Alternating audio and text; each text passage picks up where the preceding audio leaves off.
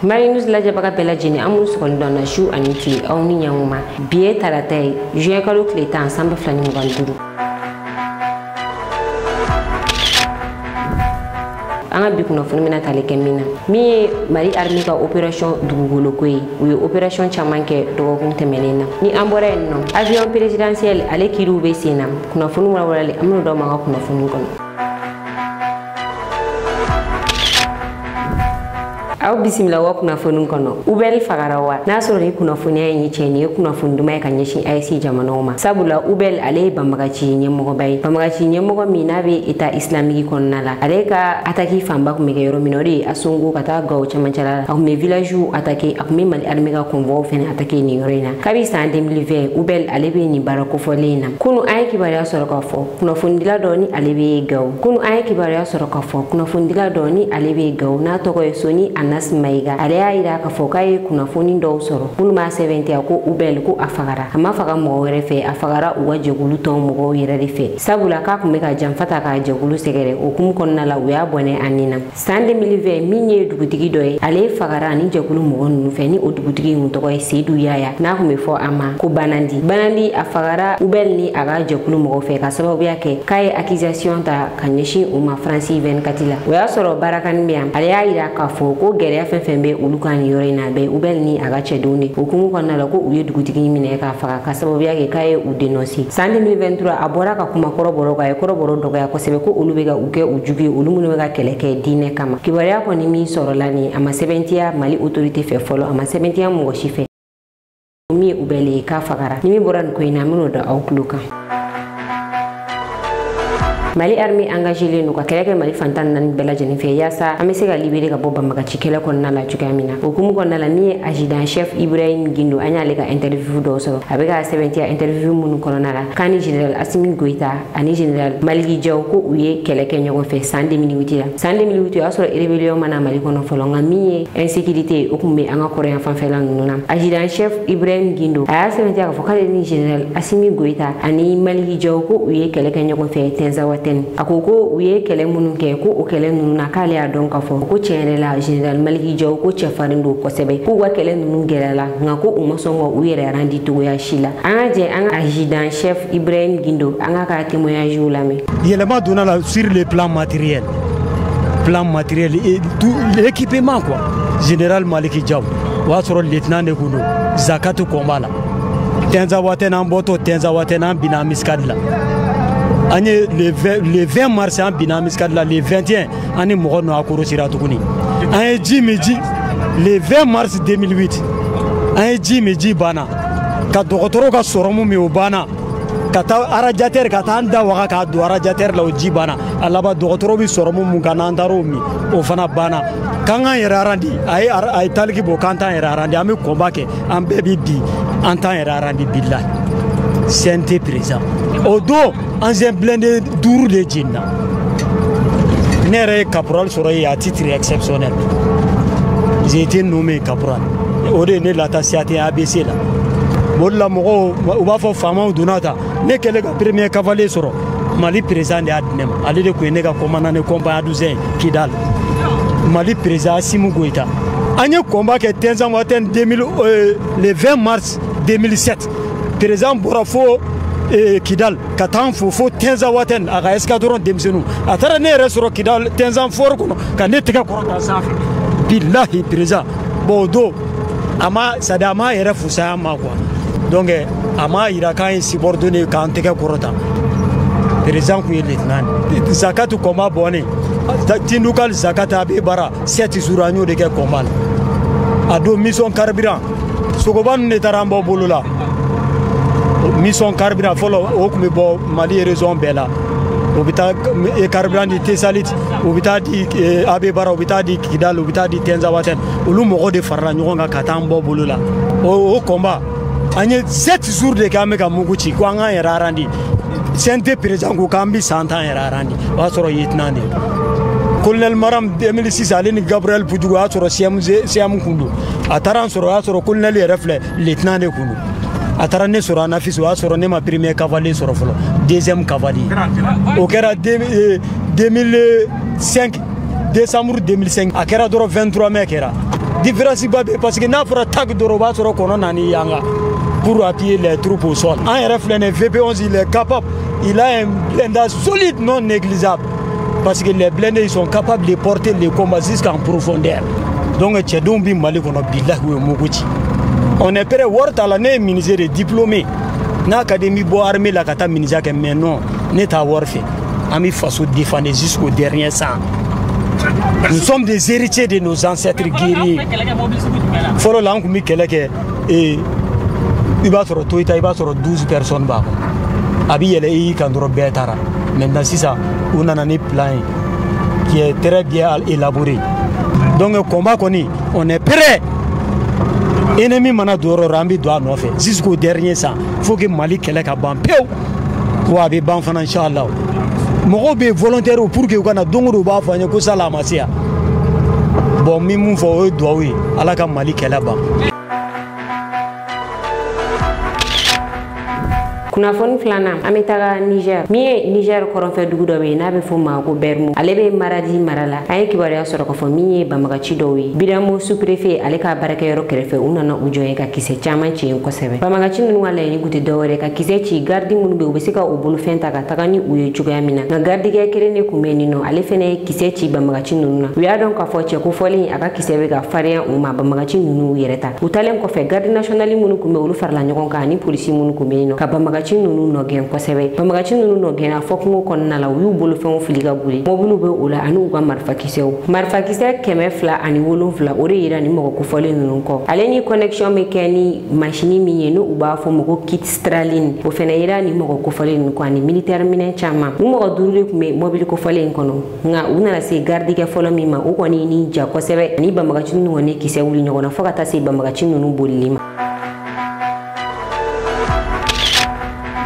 an bɛ to militaire ko kɔnɔna na Mali armée ka opération dugukolo kɔnɔna la u ye opération caman kɛ opération minnu kɛra Menaka Gao ale ni Asongo banbagaciw ka jateminɛkɛla mɔgɔ 4 olu bolila ka taa k'u bolofɛnw to ni Mali armée y'a tɛgɛ da olu kan o kɔfɛ Gao juin kalo tile 2 Mali armée y'a tɛgɛ da mɔgɔ 28 nka mɔgɔ 28 min y'a yira k'a fɔ ko olu ye lɔgɔjɛlaw ye nka Mali armée y'u bila sɛgɛsɛgɛlikɛlaw ka bolo ka sabula o yira yɔrɔ min na u tɛ lɔgɔjɛyɔrɔ ye ni mɔgɔ 28 u yira kungofin de kɔnɔna la Mali armée kɛlen ka tɛgɛ da u kan u ko ko olu ye lɔgɔjɛlaw ye olu bɛ sɛgɛsɛgɛlikɛlaw ka bolo kan nin wagati in na Gao juin kalo tile 8 Mali armée kunnafoni sɔrɔ k'a fɔ ko drone dɔ bɛ munumunu na o hukumu kɔnɔna la Mali armée donna duw kɔnɔna la ka fiyɛli kɛ so caman kɔnɔ u taara bɔ so dɔ kan so min kɔnɔ falen don militaire minɛnw na kosɛbɛ min ye mugujugu ye militaire minɛn caman kun bɛ yen nɔ mugujugu minnu bɛ dilan bolo la ka fara communication minɛnw kan banbagaciw bɛ communication kɛ u ni ɲɔgɔn cɛ ni téléphone minnu ye olu caman kun bɛ nin yɔrɔ in na Mali armée ka nin opération ninnu bɛɛ kɛra dɔgɔkun laban in na an ka jɛ an ka taa Abdoulaye Sago ale ka interview lajɛ. Au titre du théâtre Est à Menaka le 2 juin dans le cadre d'une patrouille de proximité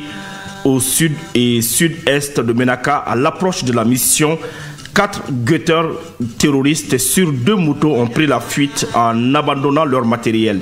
Toujours le 2 juin à Menaka, une mission FAMA sur Tin Abao a permis de neutraliser un terroriste et de récupérer quelques matériels.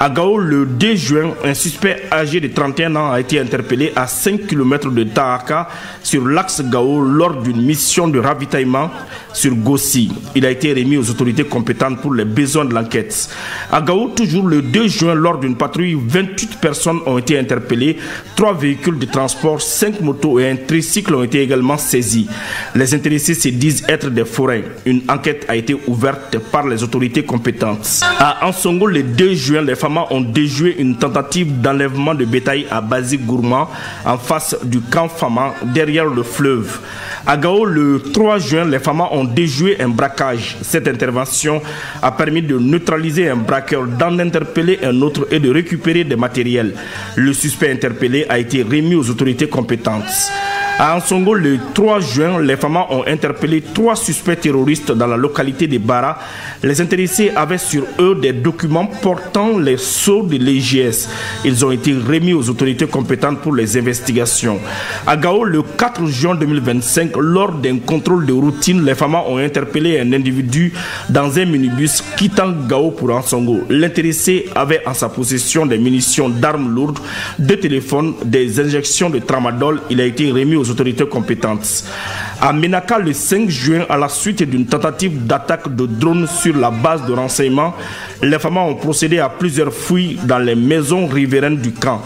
Il a été découvert dans une maison du premier quartier un important arsenal composé de 1 FM d'assaut, une boîte chargeur, un PA, un talkie-walkie, 9 grenades offensives, 33 allumeurs de grenades, un gilet pare-balles et des munitions en vrac de 7,62 mm long et de 12,7 mm. Une enquête a été ouverte par les autorités compétentes. À Ménaka, le 8 juin, interpellation d'un déserteur FAMA. Selon les premières informations recueillies sur son portable, l'intéressé collabore avec les groupes armés terroristes. Il a été remis aux autorités compétentes. En outre, plusieurs opérations aériennes ont été effectuées dans le secteur de Kidal, neutralisant avec succès des cibles à haute valeur. Ainsi, le 6 juin 2025, un pick-up et 3 terroristes ont été traités avec succès à Djencheche, à l'ouest de Kidal. De même, le 4 juin, une autre mission aérienne, toujours dans le secteur de Kidal, a permis de détruire une dizaine de terroristes et un important dépôt logistique. De plus, le commandant du secteur de Gao s'est rendu à Tessit le 7 juin. Après un recueillement sur les tombes des militaires, il a rencontré la troupe pour lui transmettre les félicitations et encouragements des plus hautes autorités avant de rendre une visite de courtoisie aux autorités coutumières du village et de les rassurer de la disponibilité des FAMA à sécuriser les populations et leurs biens. Concernant le théâtre centre à Léré le 5 juin 2025, au cours d'une patrouille, les FAMA ont neutralisé 5 terroristes, arrêté des autres et saisi divers équipements, dont des radios, des chargeurs, un PM et 3 motos. À Sévaré le 5 juin 2025, sur la base de renseignement, les FAMA ont procédé à l'interpellation d'un suspect transporteur domicilié à Sofara. L'intéressé serait affilié à un groupe terroriste. Au moment de son interpellation, il avait en sa possession une somme d'argent considérable, 2 téléphones et un sac contenant des munitions. À Timissa, le 6 juin 2025, une mission FAMA du détachement de Sofara dans les localités de Timissa, Daga, Souara, Kossia, Nidori, Diaweli, Tine Massagou a permis de détecter et de détruire sur place un engin explosif improvisé et de neutraliser 2 guetteurs. Par ailleurs, plusieurs opérations aériennes ont été menées. Ainsi, le 7 juin 2025, un dépôt logistique composé de milliers de fûts a été traité avec succès. Quant au théâtre sud, à Nara, une mission des FAMA dans la localité de la forêt de Gringalé a permis de neutraliser 4 terroristes et de récupérer divers matériels, dont 2 AK-47, 3 boîtes chargeurs et 2 motos. En plus des opérations antiterroristes, les FAMA poursuivent les missions de sécurisation des personnes et de leurs biens sur l'ensemble du territoire. Kunafoni sabana amta justice kono avion présidentiel ki rube sena kunu tene juin kalo kle kono ton mi madame Boire Félix Susugu aleni juju ye dakunya fale avion présidentiel ki dikoka e présidenti recteur koroy ni oyi Mamadou Camara ale fene la mena justice fe ni kiri amena sena kosebe malen chama ira ka foko utega foi famia kiri na sabula bima blasina no kunu kiri ko fe mo chama ira ka foko justice ka nga jija kiri ko ina sabula ko ko en kono ga dun kosebe ayira la ka fo marsi kalo kle mo ani kele en 2014 mi madame Boire Félix Susugu kale ordre di ka fo ko ka warbo kadi ni oyi avion présidentiel wari o ya soro avion présidentiel war sara la 7 kile yan madame Boire Félix Susugu ga ordre di ko ka warbo mo chama ira ka fo jamana wardu dum na warbe ta jamana ke shugo no ka soro kontratara warbe se ga tatuguri ka soro ordre ma di ko ka warta mo mi me bigje kuna a wakati ale fene la mena justice fe alam sadoni ale togoye Boubacar Ben Bouye Haidara ale ka lamenu konna la le ira ka fo wari forum sarla ni obena sefa war milliard tan ani duduma ko o sarala ni madame Boire Félix Susugu ka yamariyari madame Boire Félix Susugu fene ira ka fo ko ale yamariyadi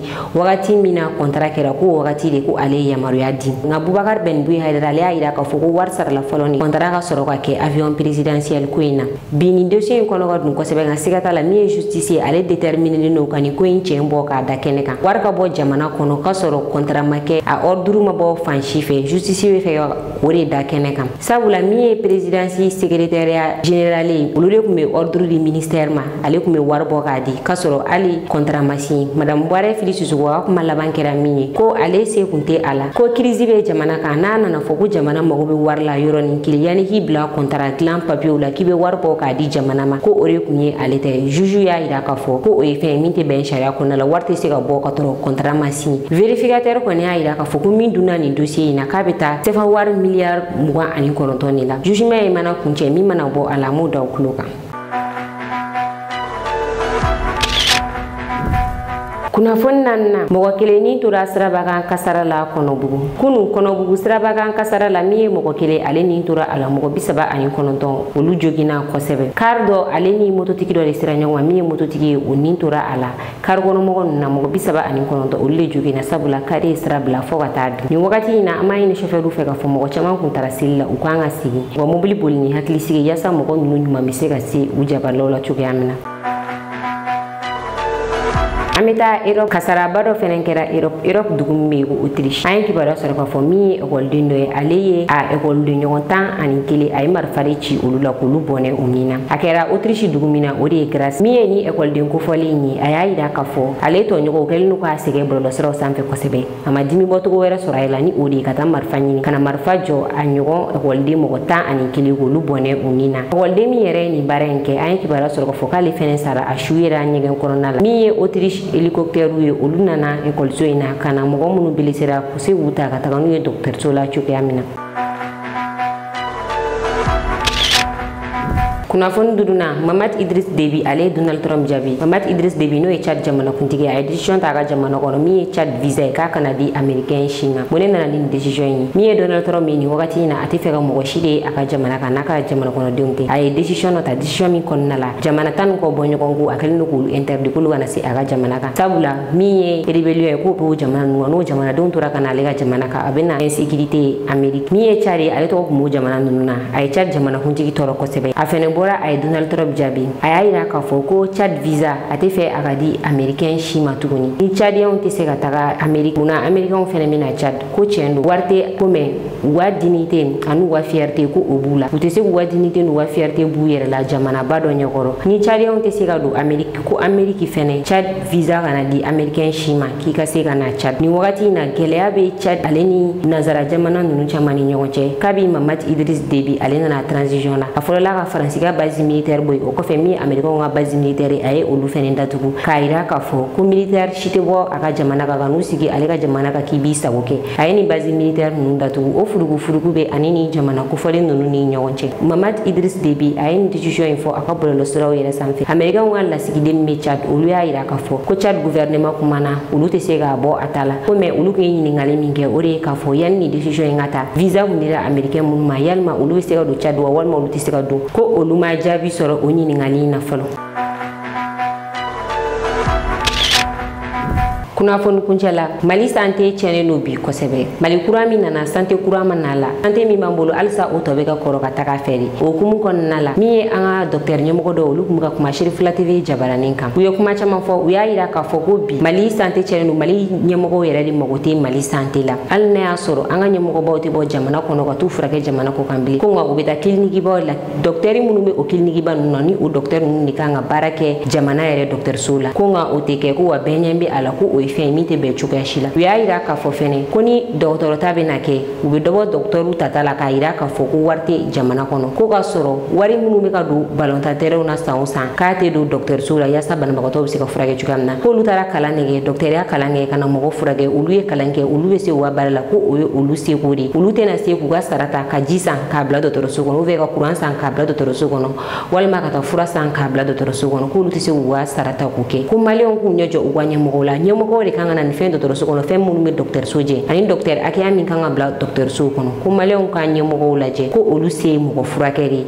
olu de se wa sarata ka do ni fenu na ka bla docteur Sokono nala mi docteur Gida Landore ni ale bi ponji ale ko meni kenenka aya da do ni baro na ko sebe ale ni professeur Lasoni Benkali ni ale pharmacien Gabriel Touré la afene kuma na fura ko gele aka ani kenya ko gele aka mali docteur Sola anga je an wa kuma wona me nyemi fo c'est que maladie tumana ou accident ke police ya takana doroso la docteur mi ya laje ou ordonnance di parce que l'état de police des états en civil aller ordonnance di ou kata fura sangana comme police beba donc premier soin bi policier m'a fait que le lendemain ou tara ordonnance du procureur. Ouais, c'est-à-dire on a bien compris. Le charia donc, le charia donc voilà, c'est lorsque le lendemain procureur et directeur Willy, directeur m'a fait, docteur mi ordonnance dit qu'on attaque. Bon, maintenant il y a comment faire moi il dit non, nous tara directeur fait. Il sait que docteur attaqué parce que et de quand la follow ka fura bla pour que ni maladie nana akatakadi. Est-ce que est ok? Moi en ce temps j'étais le chef du département mais j'ai dit dans namake et mi directeur et le nodo pharmacie nyamoga mi fana be ododo ah na boni nyo kana ma non dans ça c'est là ni pharmacie nimbe doroso konala o de kanga frau bla et avec taxi kono c'était un décret qui date de 2005 ali ministre anga fo aw ko kawe minon dama aw go bi ko sayna ministre ko tene ko docteur so baga dogo jamana ngona ko minante yo mina adilla kata docteur so badere la ko évacuation on n'a plus besoin de faire ça nous connaissons au gouvernement non en la politique évacuation zéro bon nous au donflana don savana anye clinique là ambezeka mon femme ko là ah bon ni premier ministre ko bon quand il fait un bec kenya boulot ko sisa minon be ni antare dalon sur clinique là est-ce que jamana do kanga da o ko là o negani kande o politique kande o que en nanga banabato de blanyona parce que nous nana domina ka fogo an gogo ta ni ke ni yoro masinana wa fogo a mundo do famo gogo ko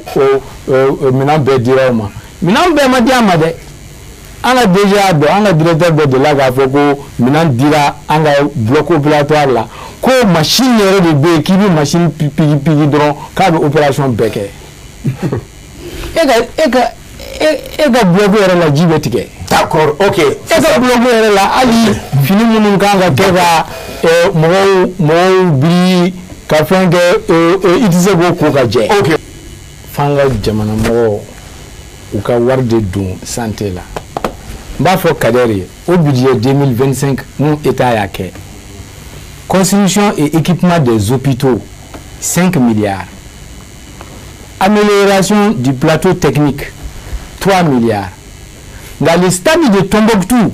c'est à 10 milliards. Stade de Tombouctou à 10 milliards. Au fait, budget nous prévoit la construction et équipement des hôpitaux et amélioration du plateau technique. C'est-à-dire qu'il y a un wari au Tibet témoin au camp. Question de loi. Non, nous faisons information de Dima. Cours de contour 2,5 milliards. 500 millions de ronds à l'ENI, hôpitaux, amélioration du plateau technique. Donc, l'État a une santé là. L'État a un armement, ni ballon temps, ni cours de contour à l'hôpital. Donc, même le personnel, au même moment où on a créé une guerre là, nous avons 500 médecins tatouamina, généralistes tatouamina, on a 20 médecins d'État. Mais au même moment, les eaux de forêt, on prend 30%, 40% même, aux eaux de forêt, les candidatures blancs, ou 40% taoula. Mais médecins ta, le nombre de postulants et le nombre de places là, à 2% est rebord. Pour vous dire que Guélère Moubi et santé Kola. Mais comment qu'il y a un Dimisanu, au Dekachani, en Europe, Dimisanu, Niota, avec 45% de Nota. Mais pédiatrie, je l'ai Mali Bolo. Il y a 73 pédiatres, Mali B, pédiatre biolong Viani Saba. Mali est embauché pour que Janto Dimisanu, Mali Mube. Kayi, région B, pédiatrie fla, avec pédiatrie fla de boulot. Moti région B, avec pédiatrie fla de boulot. Gao kelen, Tombouctou, Menakani, Kidal, pédiatrie kelente. Ça c'est la pédiatrie. C'est très grave. Donc, ne vous qu'à faudra Banabato Korosigibao. En bas de Fenchaman B à Mani Anna, à Chianana, oui, tien. Donc, ni verrez, ni be